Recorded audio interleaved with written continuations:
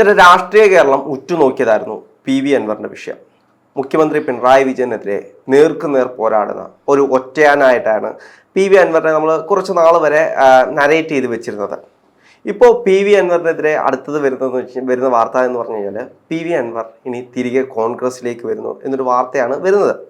അതിൻ്റെ ഒരു യാഥാർത്ഥ്യം എന്ന് പറയുന്നത് PV അൻവർ ഒറ്റയ്ക്കാണ് വരുന്നതെങ്കിൽ കോൺഗ്രസിലേക്ക് എടുക്കാമെന്നാണ് ഒരു വിഭാഗം ആളുകളുടെ താല്പര്യം.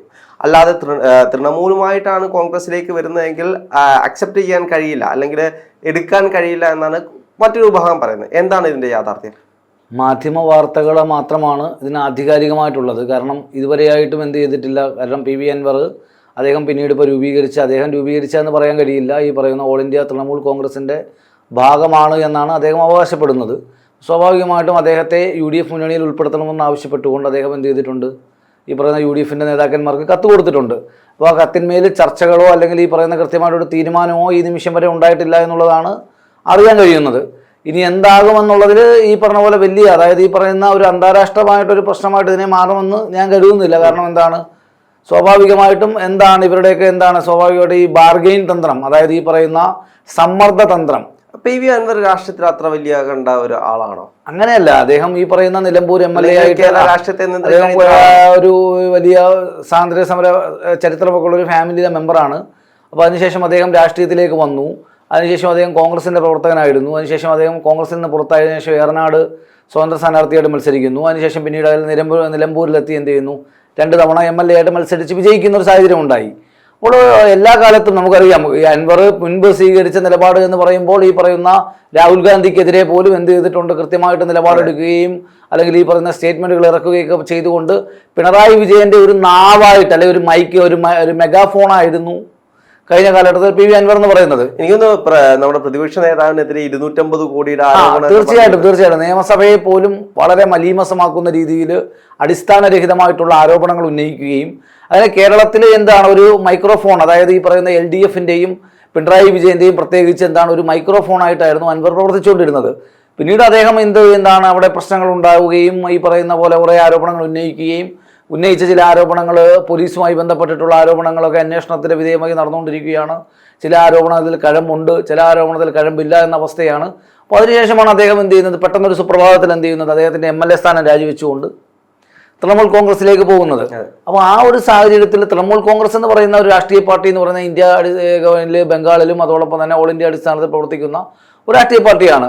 അപ്പോൾ ഒരു മതേതര സ്വഭാവമുള്ള രാഷ്ട്രീയ പാർട്ടിയാണ്. മുൻപ് ഈ പറയുന്ന പോലെ ഇന്ത്യ സഖ്യത്തിൻ്റെ ഭാഗമായിരുന്നു എങ്കിൽ പോലും തൃണമൂൽ കോൺഗ്രസും അല്ലെങ്കിൽ ഈ പറയുന്ന ഇന്റർനാഷണൽ കോൺഗ്രസും ഒക്കെ ആയിട്ട് ബന്ധപ്പെട്ട ഒരുപാട് അഭിപ്രായ വ്യത്യാസങ്ങൾ തുടരുന്ന മേഖലകൾ ഒരുപാടുണ്ട്. അപ്പോൾ ആ ഒരു സാഹചര്യത്തിൽ കൃത്യമായിട്ട് AICCയുടെയൊക്കെ തന്നെ നിർദ്ദേശമുണ്ടെങ്കിൽ മാത്രമേ എന്ത് ചെയ്യാൻ കഴിയൂ എന്നാണ് എൻ്റെ വിശ്വാസം. അൻവറിനെ UDF ഉൾപ്പെടുത്താൻ സാധിക്കത്തുള്ളൂ. അപ്പോൾ അൻവർ എന്ന് പറയുന്ന വ്യക്തി പ്രത്യേകിച്ച് ഒരു പർട്ടിക്കുലർ ഒരു നിയോജക മണ്ഡലത്തിൽ അല്ലെങ്കിൽ 2-3 നിയോജക മണ്ഡലത്തിൽ സ്വാധീനമുള്ള ഒരാൾ UDFയിലേക്ക് ഒക്കെ വരുന്നത് സ്വാഭാവികമായിട്ടും സംസ്ഥാന തലത്തിൽ തീരേണ്ട പ്രശ്നമാണ്. പക്ഷേ ഈ വിഷയത്തിന് ഒരു അഖില ഇന്ത്യ മാനം എന്ത് ചെയ്തിട്ടുണ്ട്, അൻവറായിട്ട് തന്നെ സൃഷ്ടിക്കപ്പെട്ടിട്ടുണ്ട്.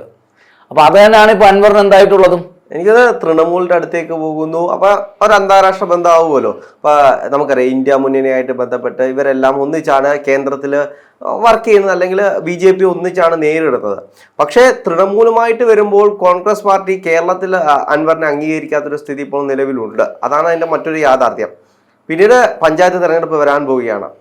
അൻവർ കൃത്യമായിട്ടും കോൺഗ്രസിനെ സഹായിക്കുമായിരിക്കും, അതോ അല്ലെങ്കിൽ സ്വന്തമായിട്ട് അവരുടെ സ്ഥാനാർത്ഥികളെ വെച്ച് മുന്നോട്ട് പോകുമായിരിക്കും? അല്ല, അതിൽ അൻവറാണ് തീരുമാനം എടുക്കേണ്ടത്. കാര്യം അൻവറിനെ സംബന്ധിച്ചിടത്തോളം അദ്ദേഹത്തിൻ്റെ രാഷ്ട്രീയ പാർട്ടിയിൽ എന്ത് തീരുമാനം എടുക്കണമെന്ന് അദ്ദേഹമാണ് തീരുമാനിക്കെടുക്കേണ്ടത്. അതേ സ്വാതന്ത്ര്യം തന്നെ എന്തുണ്ട് UDFനെയും അല്ലെങ്കിൽ ഇന്റർനാഷണൽ കോൺഗ്രസിനെ സംബന്ധിച്ചിടത്തോളം ഉണ്ട്.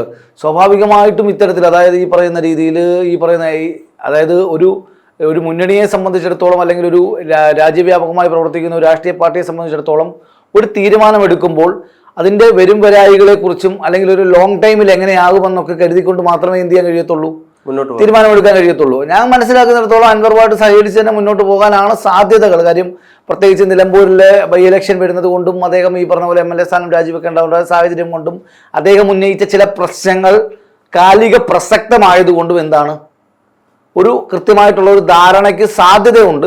പക്ഷേ ഇദ്ദേഹം എന്ത് ചെയ്യുന്നു, കൃത്യമായിട്ട് എന്ത് ചെയ്യുന്നു, അതിനെ ഓവർകം ചെയ്യുന്ന പ്രവർത്തനങ്ങളാണ് പലപ്പോഴും പുള്ളിയുടെ ഭാഗത്തുനിന്ന് ഉണ്ടാകുന്നത്. കാര്യം അദ്ദേഹം തന്നെ ഈ ഇലക്ഷൻ രാജിവെച്ച് തന്നെ അദ്ദേഹം അടുത്ത സ്ഥാനാർത്ഥിയെ പ്രഖ്യാപിക്കാൻ നോക്കുന്നു. അല്ലെങ്കിൽ മറ്റ് രാഷ്ട്രീയ പാർട്ടികളുടെ ആഭ്യന്തരമായിട്ടുള്ള കാര്യങ്ങളിൽ എന്ത് ചെയ്യുന്നു, ഇടപെടാൻ വേണ്ടി ശ്രമിക്കുന്നു. ഇതൊരു അഭിലഷണീയമായിട്ടുള്ള ഒരു പ്രവണതയല്ല. അതെ, കോൺഗ്രസിൽ തന്നെ ഒരു അസാമരസ്യം ഉണ്ടാക്കുന്നുണ്ട് അദ്ദേഹം. കാരണം ഷൗക്കത്തിനെ നിർത്തണം, അല്ലെങ്കിൽ VS ജോയിയെ നിർത്തണം, അങ്ങനെ പറഞ്ഞുകൊണ്ട് പുള്ളി തന്നെ ഒരു നാഷണൽ കോൺഗ്രസിന്റെ സ്ഥാനാർത്ഥിയൊക്കെ പ്രഖ്യാപിക്കാൻ അതിന് കോൺഗ്രസിന്റെ നേതൃത്വവും അല്ലെങ്കിൽ ഈ പറയുന്ന അതിനുള്ള കമ്മിറ്റികളും ഒക്കെ തന്നെ ഉണ്ട്. PV അൻവറിന്റെ ഈ പറഞ്ഞ അഭിപ്രായം പറയാം. കാര്യം PV അൻവർ എന്ന് പറയുന്ന മുൻ MLA ആണ് അവിടുത്തെ. അതോടൊപ്പം തന്നെ എന്താണ്, അദ്ദേഹം UDF-ഓട് സഹകരിക്കാൻ നിൽക്കുകയാണ്. അതിനുപരിയായിട്ട് അയാൾ ഇന്ന് ഭരണപക്ഷത്തിന്റെ ശക്തനായ ഒരു വിമർശകനാണ്. സ്വാഭാവികമായിട്ടും അദ്ദേഹത്തിന് അഭിപ്രായം ഉണ്ടെങ്കിൽ എഴുതി എന്ത് ചെയ്യാം, അറിയിക്കാം, UDF-ന് കൊടുക്കാം. പക്ഷെ അദ്ദേഹം എന്താണ് ഈ പറയുന്ന ഒരു സമ്മർദ്ദ തന്ത്രം പയറ്റുന്നു, അല്ലെ താൻ ആഗ്രഹിച്ച പോലെ എന്ത് ചെയ്യണം, ഇത് വരണമെന്ന് പറയുന്നത് അതിനോടൊന്നും അഡ്ജസ്റ്റബിൾ ആകുമെന്ന് ഞാൻ കരുതുന്നില്ല. കാര്യം അങ്ങനെ അഡ്ജസ്റ്റബിൾ ആയി കഴിഞ്ഞാൽ അത് ഭാവിയിൽ എന്ത് ചെയ്യും, വലിയ ദോഷം ചെയ്യും. കാര്യം ഘടകകക്ഷികൾക്ക് പോലും സമ്മർദ്ദത്തിന് പലപ്പോഴും എന്ത് ചെയ്യുന്നില്ല, അത് അനാവശ്യമായ സമ്മർദ്ദങ്ങൾ വകവെച്ചു കൊടുക്കുന്ന സാഹചര്യമില്ല. അപ്പോൾ ആ ഒരു സാഹചര്യത്തിൽ ഘടകകക്ഷി പോലും അല്ലാത്ത പുറത്തു നിൽക്കുന്ന ഒരാൾ ഇത്തരത്തിൽ എന്താണ് ഈ പറയുന്ന ഒരു ടോക്കൻ എടുത്തുകൊണ്ട് ഇങ്ങനെ വേണോ അങ്ങനെ വേണോ എന്നൊന്നും പറഞ്ഞാൽ അത് അംഗീകരിച്ചു കൊടുക്കപ്പെടുമെന്ന് ഞാൻ കരുതുന്നില്ല. എനിക്കൊന്ന് കോൺഗ്രസിനെ സംബന്ധിച്ച് കോൺഗ്രസ് ഒരു വല്ലാത്ത അവസ്ഥയിലാണ് ഇപ്പോൾ നിൽക്കുന്നത്. കോൺഗ്രസിനെ വിട്ടുപോയ ഒരുപാട് സഖ്യകക്ഷികൾ ഉണ്ട്. ഇനി അടുത്ത തിരഞ്ഞെടുപ്പ് വരുമ്പോഴത്തേക്കും കോൺഗ്രസ് ഈ സഖ്യകക്ഷികളെ വിളിച്ച് വീണ്ടും കോൺഗ്രസിലേക്ക് കൊണ്ടുവരാനൊരു സാധ്യതയൊക്കെ ഒരുങ്ങുന്നുണ്ടോ? തീർച്ചയായിട്ടും. കേരളത്തെ സംബന്ധിച്ചിടത്തോളം ഒരു കൊയിലേഷൻ ഗവൺമെന്റുകളാണ് ഇപ്പോൾ LDF ആയാലും UDF ആയാലും കുറേ വർഷങ്ങളായിട്ട് എന്ത് ചെയ്യുന്നത്, നിലനിൽക്കുന്നത്.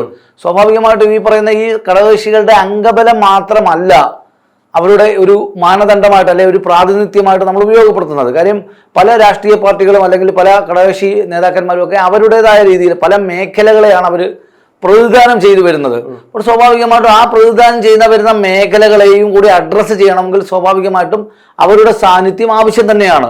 പ്രത്യേകിച്ച് ഈ പറഞ്ഞ പോലെ ഈ മുന്നണിയെ വിട്ട പല പ്രമുഖമായിട്ടുള്ള ഘടകകക്ഷികൾ അവരെന്താണ് ഇടതുപക്ഷത്ത് നിൽക്കുന്നുണ്ട്.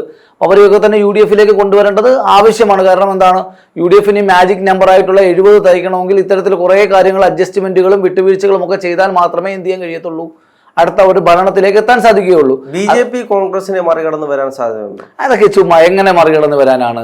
അതൊക്കെ വെറുതെ എന്ത് ചെയ്യുന്നത്, അതൊക്കെ ഇടതുപക്ഷം തന്നെ എന്ത് ചെയ്യുന്നതാണ്, ഉന്നയിക്കുന്ന വിഷയങ്ങളാണ്. കാര്യം എന്താണ്, മൂന്നാമതും പിണറായി വിജയൻ ഗവൺമെന്റ് വരുന്നു എന്ന് അവർ തന്നെയാണ് എന്ത് ചെയ്യുന്നത്, ഒരു PR വർക്കുകൾ എന്ത് ചെയ്യുന്ന ഇപ്പോഴേ പ്രചരണം നടത്തുകയാണ്.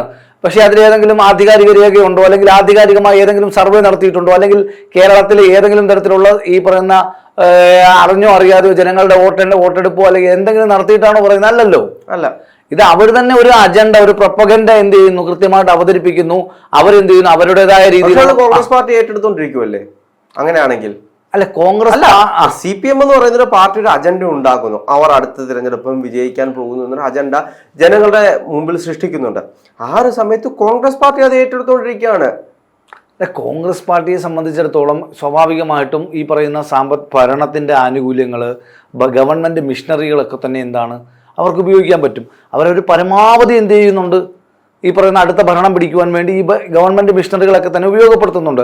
അതിനുപരിയായിട്ട് നേരത്തെ ഇവിടെ സൂചിപ്പിച്ചതുപോലെ തന്നെ BJP-യും അല്ലെങ്കിൽ ഈ പറയുന്ന CPM-ഉം തമ്മിലുള്ള പലതരത്തിലുള്ള രഹസ്യ ധാരണകൾ അത് പല രീതിയിലാണ് നമ്മൾ കണ്ടിട്ടുള്ളത്. അപ്പോൾ അത് ഈ പറയുന്ന ലാവ്ലിംഗ് കേസ് തുടങ്ങി ഈ അവസാനമായിട്ടുണ്ടായിട്ടുള്ള കൊടകര കുഴൽപ്പണം വരെയുള്ള എല്ലാ കേസുകളിലും നമുക്ക് ഈ ധാരണ വളരെ വ്യക്തമാണ്. അപ്പോൾ ഈ പറയുന്ന ഗവർണറും അല്ലെങ്കിൽ ഈ പറയുന്ന ധനകാര്യമന്ത്രിയും തമ്മിൽ ചേർന്നുകൊണ്ടുള്ള മുഖ്യമന്ത്രിയെ കാണുന്ന തുടങ്ങി എല്ലായിടത്തും ഈ ധാരണ വ്യക്തമാണ്. അപ്പോൾ അതുകൊണ്ട് തന്നെയും കൃത്യമായിട്ടുള്ള ഒരു രാഷ്ട്രീയ ബോധമുള്ള ഒരു സമൂഹമാണ് കേരളത്തിലെ സമൂഹം. സ്വാഭാവികമായിട്ടും കേരളീയ സമൂഹം ഇതൊക്കെ തിരിച്ചറിയുന്നുണ്ടെന്നാണ് വിശ്വാസം. ആ കേരളീയ സമൂഹം കഴിഞ്ഞ കുറേ കാലങ്ങളായിട്ട് കേരളത്തിൽ വികസനത്തെയും അല്ലെങ്കിൽ ഈ കേരളത്തിലെ ജനങ്ങളുടെ ജനജീവിതത്തെ പല രീതിയിൽ ബാധിച്ചിട്ടുള്ള ഈ ഗവൺമെന്റിനെതിരായിട്ട് തന്നെ വിധി എഴുതാനൊരു സാധ്യതയുണ്ട്. അതിൻ്റെ ഒരു തുടക്കമായിരിക്കും എന്താണ് നിലമ്പൂരിൽ സംഭവിക്കാൻ പോകുന്നത്. അപ്പോൾ ഈ പറയുന്ന അൻവറും ഒക്കെ തന്നെ എന്ത് ചെയ്യേണ്ടി വരും, ഈ പറയുന്ന അൻവർ ഉയർത്തിപ്പിടിച്ച വിമർശനങ്ങൾ അൻവർ ശരിവെക്കുന്നുണ്ടെങ്കിൽ അല്ലെങ്കിൽ ആത്മാർത്ഥമായിട്ടാണ് ഉയർത്തിപ്പിടിച്ചതെങ്കിൽ സ്വാഭാവികമായിട്ടും അൻവറിന് എന്ത് ചെയ്യേണ്ടി വരും, UDF-നോടൊപ്പം നിന്ന് സഹകരിക്കേണ്ടതായിട്ട് വരും.